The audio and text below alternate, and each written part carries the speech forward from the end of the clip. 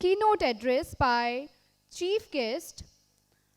We have Mr. Ratnesh, Executive Director, UNGCNI, with more than 3 decades long experience at the national, state, and district level in designing, financing, implementing, and evaluating development interventions to reach out to the unreached social groups in challenging geographics in India. So we have our chief guest, Mr. Ratnesh. Please give a big round of applause for Mr. Ratnesh. Thank you. Namaste. A very warm afternoon. Sun is up, and I'm sure a lot of you are expecting prizes for the efforts that you have undertaken over the year, and it's a signature event for us also because we get to meet all of you, some of you who are already our members, and some of you who would like to know more about us so that you can become our member and be part of a global movement. So at the very outset, I would like to introduce Global Compact to the ones who have not yet joined us as members. We are a membership-driven organization, but with a difference. And as my global CEO, Sanda Oziambo, just mentioned, that Mahatma Gandhi said, be the change what you want to see in the world. And corporate India is actually spearheading this axiom in its deed and its practice. And the whole vision statement, the ESG reports, and the various fora in which the corporate leaders speak gives me a lot of confidence that India is in the right path of inclusive and sustainable growth. However, this is a very daunting challenge. So you need institutions like Global Compact, Network India to help you, support you in every step, and wherever you think you may need some external support, be it technical, be it any other type, we are there standing behind, right behind you.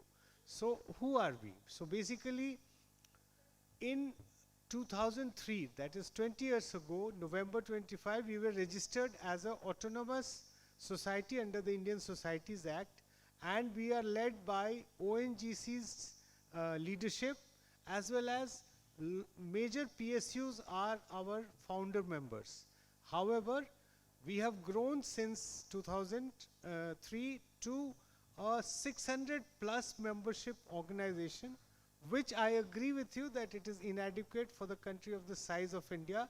And yet, in these 20 years, we have been able to rope in all the serious stakeholders in the business of ESG. ESG, the term became popular in the last decade or so, but in 2004, UNGC and Global Compact, the global body, had brought out a study where they had mapped the universal principles with the environment, social and governance, and for the first time, it was mentioned, the ESG term, which then was picked up by UNEP in its 2005 report, and from then, rest, I mean, the whole world is now geared towards it.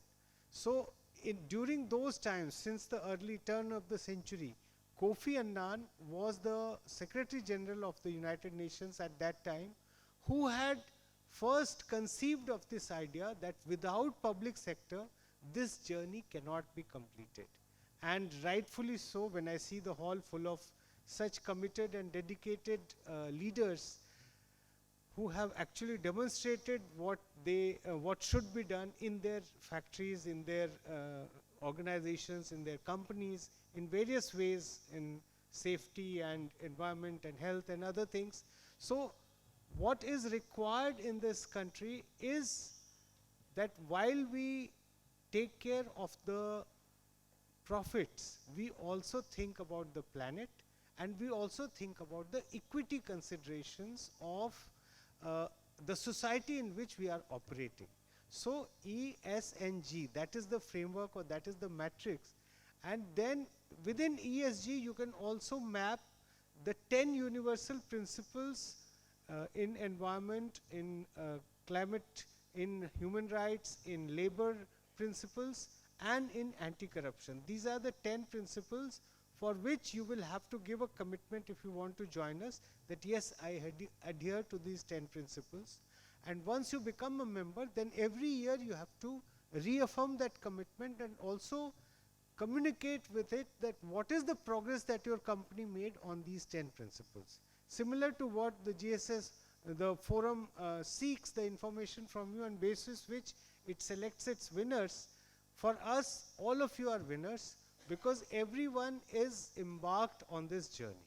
Now, that having been said, the next phase of my address will contain how you can contribute. So basically, a lot of winners, a lot of achievers are in this hall.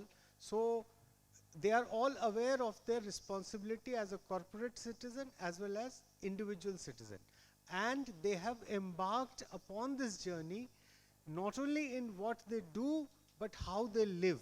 And in this, I would like to quote Modi ji, our beloved Prime Minister, Mr. Narendra Modi, who has given the life principles. So lifestyle for environment, many of you may be aware. So those 10 principles, which are again broken into sub-components, are eminently practicable things in our own life as an individual. If we take care of that, it will have global implication. And it has been adopted, just like the World Yoga Day, which was given by him in the earlier years of his tenure as PM. The whole world now celebrates it in the month of June.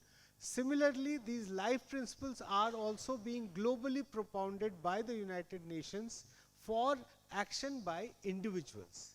Now, as corporates, once you become our member, you also take the leadership of guiding other fellow members on what all successes you have achieved in your quest towards EHS and ESG. And then, if you are struggling with some aspect, this membership, we continue to hold meetings and various forums where you can find solutions. And if you want solutions from a specific country, then we also have a network of more than 120 countries where we are present. So that also can be facilitated. The third most important thing is, if you are trying to access new markets, and there if you have our membership, that immediately gives you two benefits. One, you are able to present yourself to our counterpart, UNGC counterpart network in that country. And second is that the government of the country recognizes you as a responsible corporate because of this membership of our UN Global Compact. What do? We basically assimilate all the progress made by the corporate sector and present it to the UN. Also, we are directly seen or led by the UN Secretary General. So whatever his worries and whatever his concerns and whatever his expectations, if you are following the media, you would know that global warming has now been termed as global boiling, because we are hurtling towards disaster, and the 1.5 degree centigrade target, if we continue as business as usual, we will not be able to maintain or live within the 1.5 degree centigrade global warming target that the whole world community accepts as very, very critical for human survival. So all those targets, then we also you can become part of the science-based targets initiatives. Many of you are already working towards it. So UN Global Compact is one of the 4 founding members of that initiative as well.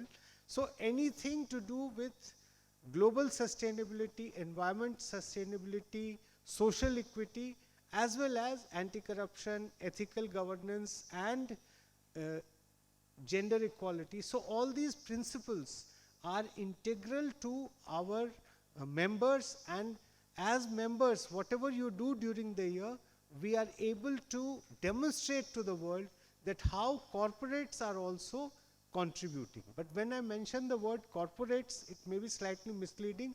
A lot of MSMEs are also our members. Similarly, a number of CSO organizations, leading CSO organizations, are also part of this great global movement. I will be available here for some more time. So if you have any specific questions, you can ask now or bilaterally.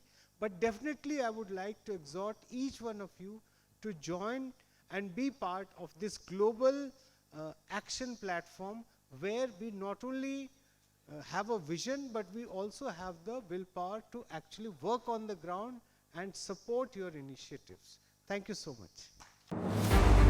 11th edition of Global Safety Summit.